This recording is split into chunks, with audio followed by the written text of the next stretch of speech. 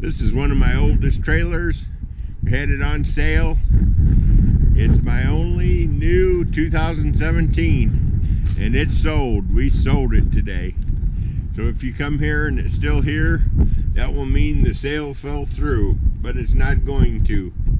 It's got heritage blue siding, white windows, white trim. Suggested retail was almost $64,000. Heading on in here, you've got everything in it stays in it. 2 sleeper sofas, nice rocker recliner, fireplace, RCA home entertainment system, hutch. It's a double loft. You've got stainless steel appliances, 5-burner range, convection microwave, stainless sink, 56,000 BTU furnace, house type rear entry door, linoleum on the entire main floor, carpet only allowed in the master bedroom.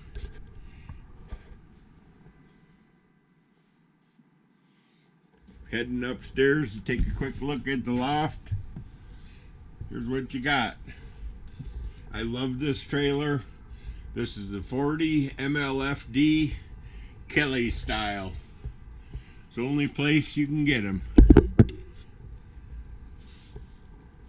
How's that loft, man? It's got a big one.